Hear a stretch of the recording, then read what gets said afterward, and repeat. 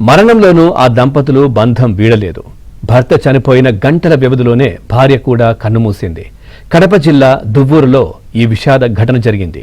Teachers కాలనీలో వెంకట్రామిరెడ్డి, నారాయణమ్మ దంపతులు నివాసం ఉండేవాళ్లు. కొంతకాలంగా అనారోగ్యంతో బాధపడుతున్న వెంకట్రామిరెడ్డి కన్నుమూశారు.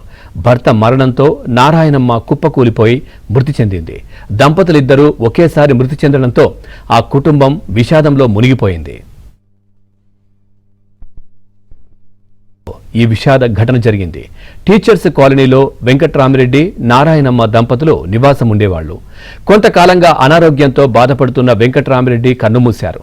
భర్త మరణంతో నారాయణమ్మ కుప్పకూలిపోయి మృతి చెందింది. దంపతులిద్దరూ ఒకేసారి మృతి చెందడంతో ఆ కుటుంబం విషాదంలో మునిగిపోయింది.